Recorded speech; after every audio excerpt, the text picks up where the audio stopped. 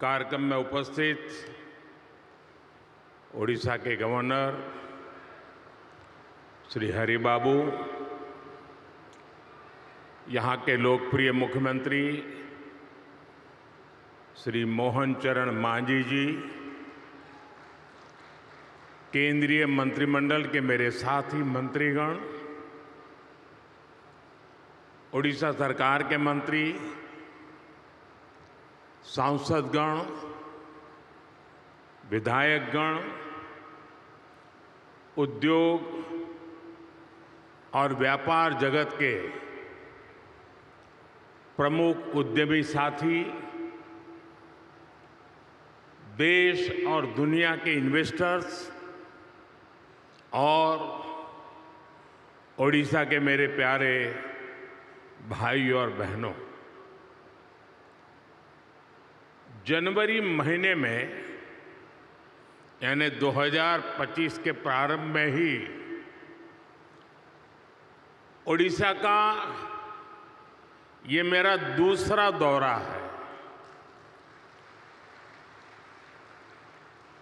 कुछ दिन पहले ही मैं यहाँ प्रवासी भारतीय दिवस के आयोजन का हिस्सा बना था। अब आज यहाँ उत्कर्ष ओडिशा कॉन्क्लेव में आपके बीच आया हूं। मुझे बताया गया है कि ये उड़ीसा में अब तक की सबसे बड़ी बिजनेस समिट है।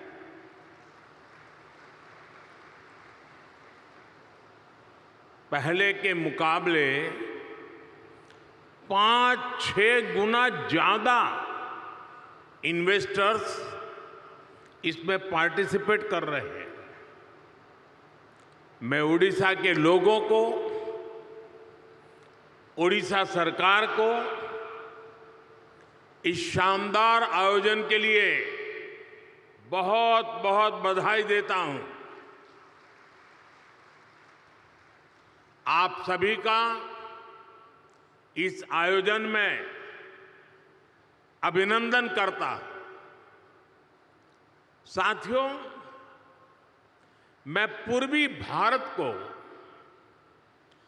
देश के विकास का ग्रोथ इंजन मानता हूं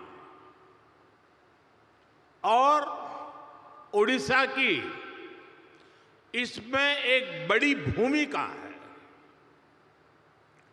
इतिहास साक्षी है, जब ग्लोबल ग्रोथ में भारत की एक बड़ी हिस्सेदारी थी, तब पूर्वी भारत का अहम योगदान था। पूर्वी भारत में देश के बड़े इंडस्ट्रियल हब थे, पोर्ट्स थे, ट्रेड हब थे। ओडिशा की इसमें बड़ी हिस्सेदारी भी थी। ओडिशा साउथ ईस्ट एशिया में होने वाले ट्रेड का प्रमुख सेंटर हुआ करता था। यहां के प्राचीन पोर्ट्स एक प्रकार से भारत के गेटवे हुआ करते थे। आज भी ओडिशा में हर वर्ष बाली यात्रा मनाई जाती है। अभी इंडोनेशिया के राष्ट्रपति जी आए थे और वो तो यहां तक बोल गए कि शायद मेरे डीएनए में ओडिशा है।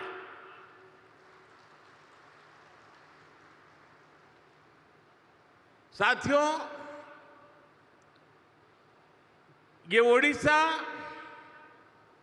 उस लेगेसी को सेलिब्रेट करती है जो ओडिशा को साउथ ईस्ट एशिया से जोड़ती है। अब 21वीं सदी में ओडिशा अपनी उस गौरवशाली विरासत को फिर से रिवाइव करने में जुट गया है। हाल में ही सिंगापुर के प्रेसिडेंट ओडिशा होकर गए हैं। सिंगापुर ओडिशा के साथ संबंधों को लेकर बहुत ही उत्साहित है। आसियान देशों ने भी ओडिशा के साथ ट्रेड और ट्रेडिशन के कनेक्ट को मजबूती देने में दिलचस्पी दिखाई है। आज इस क्षेत्र में संभावनाओं के इतने द्वार खुल रहे हैं जितने आजादी के बाद पहले कभी नहीं खुले। मैं यहां उपस्थित हर इन्वेस्टर्स का आह्वान करूंगा और हमारे मुख्यमंत्री जी ने जो बात कही मैं इसको दोहराना चाहूंगा। यही समय है, सही समय है। ओडिशा की इस विकास यात्रा में आपका निवेश आपको सफलता की नई बुलंदियों पर पहुंचाएगा और ये मोदी की गारंटी है।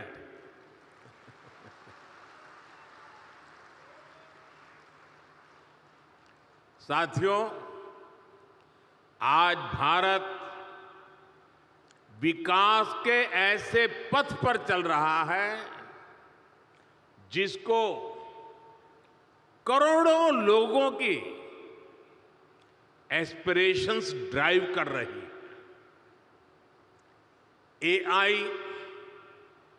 एआई का युग है। आर्टिफिशियल इंटेलिजेंस ही इसकी चर्चा है, लेकिन भारत के लिए तो एआई सिर्फ नहीं, एस्पिरेशन ऑफ इंडिया हमारी ताकत है। और एस्पिरेशन तब बढ़ती है जब लोगों की नीड्स पूरी होती है। बीते दशक में करोड़ों देशवासियों को एम्पावर करने का लाभ आज देश को दिख रहा है। ओडिशा भी इसी एस्पिरेशन को रिप्रेजेंट करता है। ओडिशा आउटस्टैंडिंग है। ओडिशा नए भारत के ऑप्टिमिज्म और ओरिजिनलिटी का प्रतीक है। ओडिशा में अपॉर्चुनिटीज भी हैं और यहां के लोगों ने हमेशा आउट परफॉर्म करने का जुनून दिखाया है।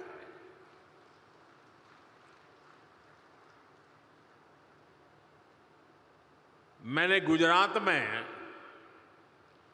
ओडिशा से आने वाले साथियों के कौशल, उनकी मेहनत, उनकी ईमानदारी को खुद अनुभव किया है। इसलिए आज जब ओडिशा में नए अवसर बन रहे हैं तो मेरा पक्का विश्वास है ओडिशा बहुत जल्द विकास की उस ऊंचाई पर पहुंचेगा जहां पहुंचने की किसी ने कल्पना तक नहीं की है। मुझे खुशी है कि मुख्यमंत्री मोहन चरण मांझी जी की पूरी टीम उड़ीसा के विकास को तेज गति देने में जुटी है। Food processing, petrochemical, port-lead development, fisheries, IT, edutech, textile, tourism, mining, green energy, ऐसी हर इंडस्ट्री में उड़ीसा भारत के लीडिंग राज्यों में से एक बन रहा है। साथियों, भारत आज बहुत तेज गति से दुनिया की तीसरी बड़ी इकोनॉमी बनने की तरफ आगे बढ़ रहा है। $5 ट्रिलियन इकोनॉमी का पड़ाव भी अब ज्यादा दूर नहीं है। बीते दशक में मैन्युफैक्चरिंग में भी भारत की ताकत सामने आने लगी है। अब भारत की इकोनॉमी के विस्तार के दो बड़े पिलर हैं। एक हमारा इनोवेटिव सर्विस सेक्टर और दूसरा भारत के क्वालिटी प्रोडक्ट्स। देश की तेज प्रगति सिर्फ रॉ मटेरियल के एक्सपोर्ट पर संभव नहीं है। इसलिए हम पूरे इकोसिस्टम को बदल रहे हैं, नए विजन के साथ काम कर रहे हैं। यहां से मिनरल निकले और फिर एक्सपोर्ट होकर के दुनिया के किसी देश में पहुंचे, वहां पर वैल्यू एडिशन हो, कोई नया प्रोडक्ट बने और फिर वो प्रोडक्ट भारत में वापस आए। ये ट्रेंड मोदी को मंजूर नहीं है।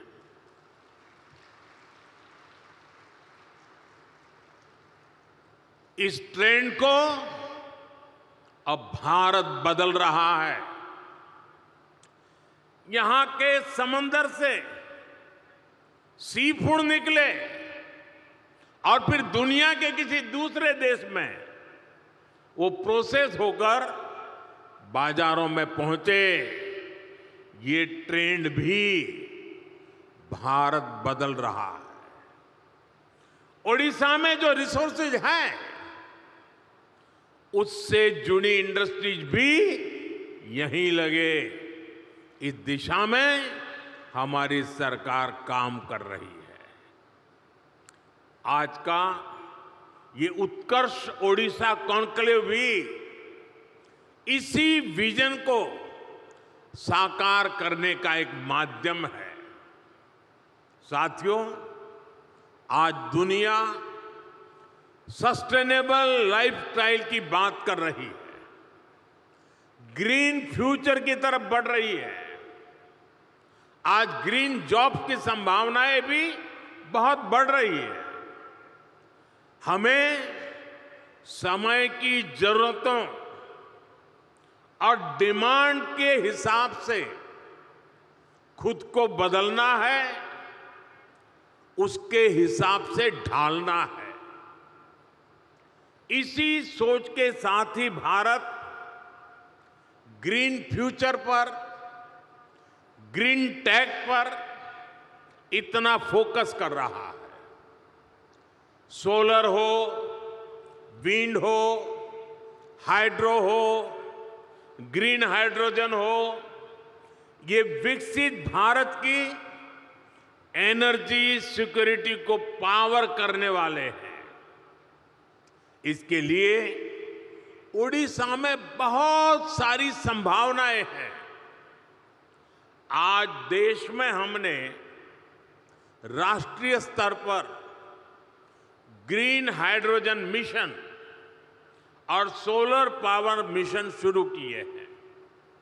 उड़ीसा में भी रिन्यूएबल एनर्जी से जुड़ी इंडस्ट्री को प्रमोट करने के लिए बड़े पॉलिसी डिसीजंस हो रहे हैं। हाइड्रोजन एनर्जी के प्रोडक्शन के लिए भी यहां काफी सारे कदम उठाए जा रहे हैं। साथियों, ग्रीन एनर्जी के साथ साथ उड़ीसा में पेट्रो और पेट्रोकेमिकल सेक्टर के विस्तार के लिए भी इनिशिएटिव लिए जा रहे हैं।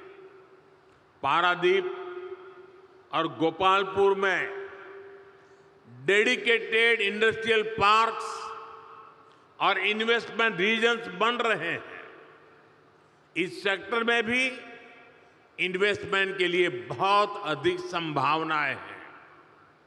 मैं उड़ीसा सरकार को बधाई दूंगा कि उड़ीसा के अलग अलग रीजन की संभावनाओं को देखते हुए वो तेजी से निर्णय ले रही है, नया इकोसिस्टम विकसित कर रही है। साथियों, 21वीं सदी के भारत के लिए ये दौर कनेक्टेड इंफ्रास्ट्रक्चर का है, मल्टी मॉडल कनेक्टिविटी का है।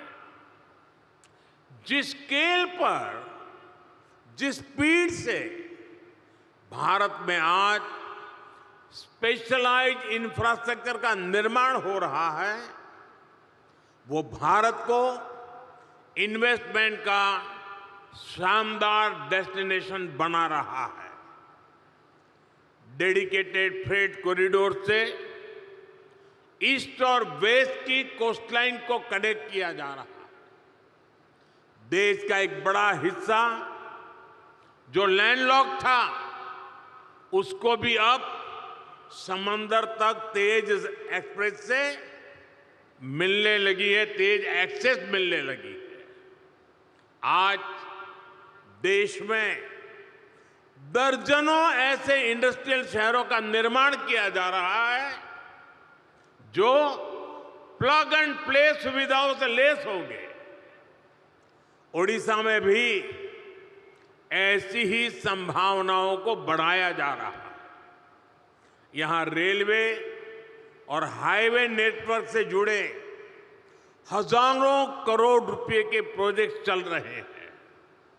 उड़ीसा में इंडस्ट्री की लॉजिस्टिक कॉस्ट कम हो, इसके लिए सरकार यहां के पोर्ट्स को इंडस्ट्रियल क्लस्टर से जोड़ रही है।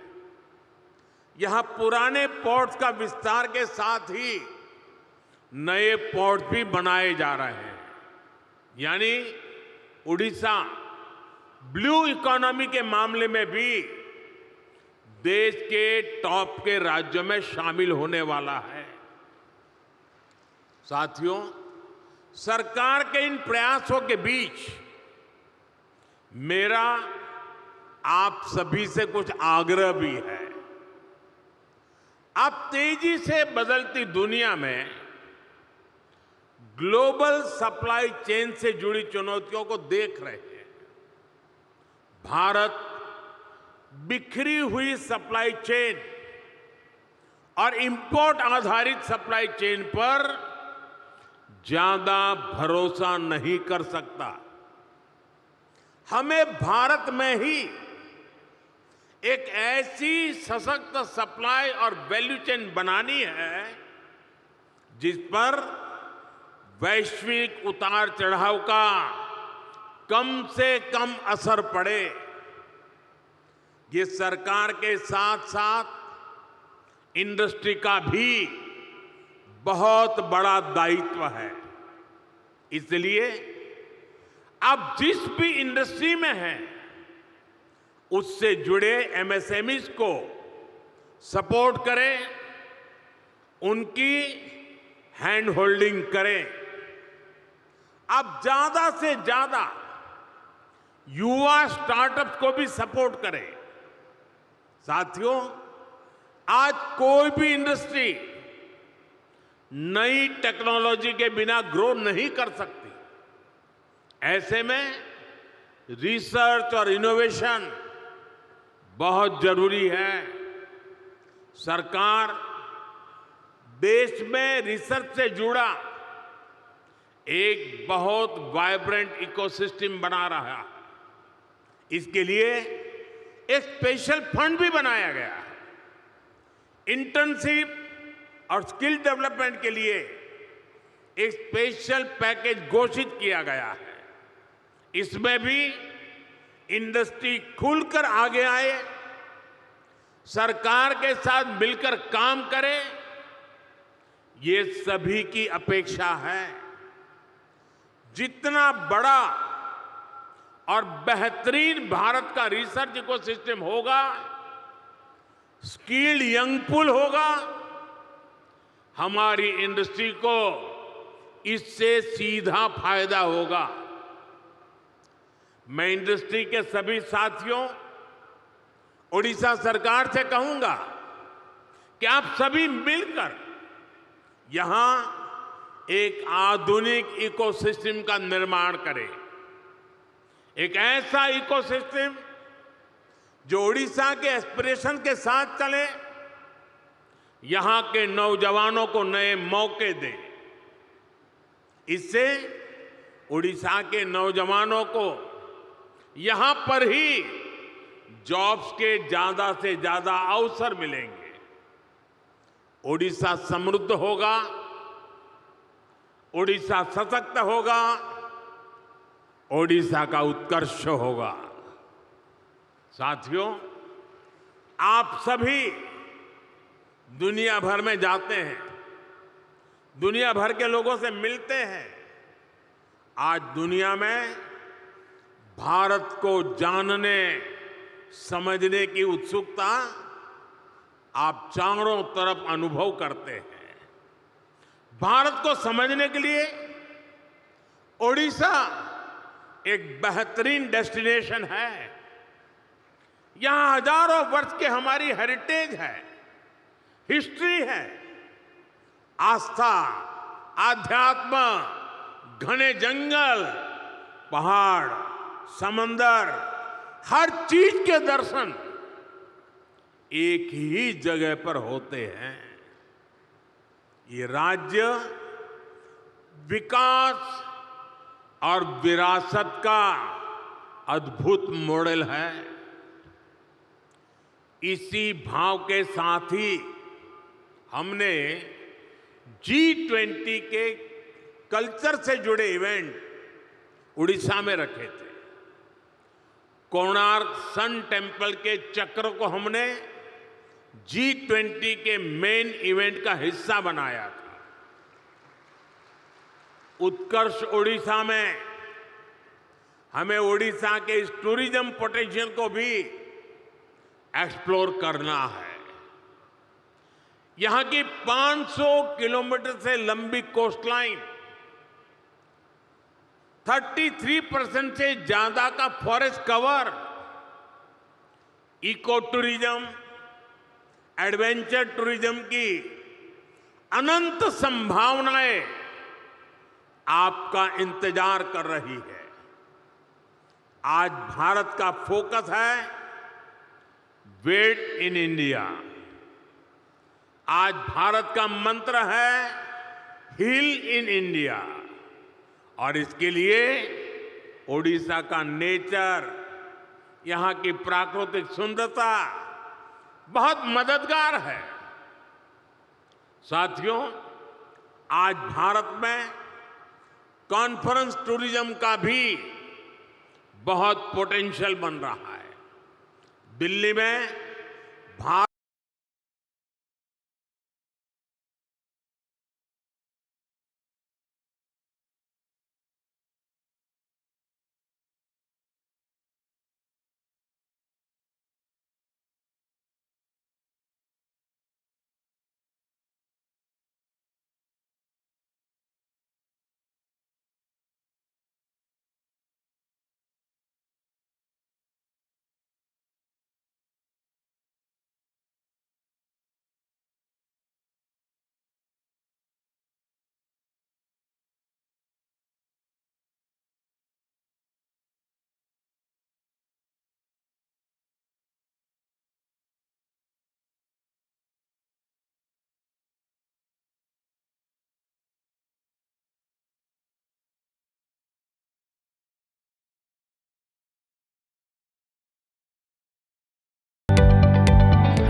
जदि आपंक आम भिडी भल लगा तेब आम चैनल को लाइक शेयर और सब्सक्राइब करने को जमा भी भूलु नहीं।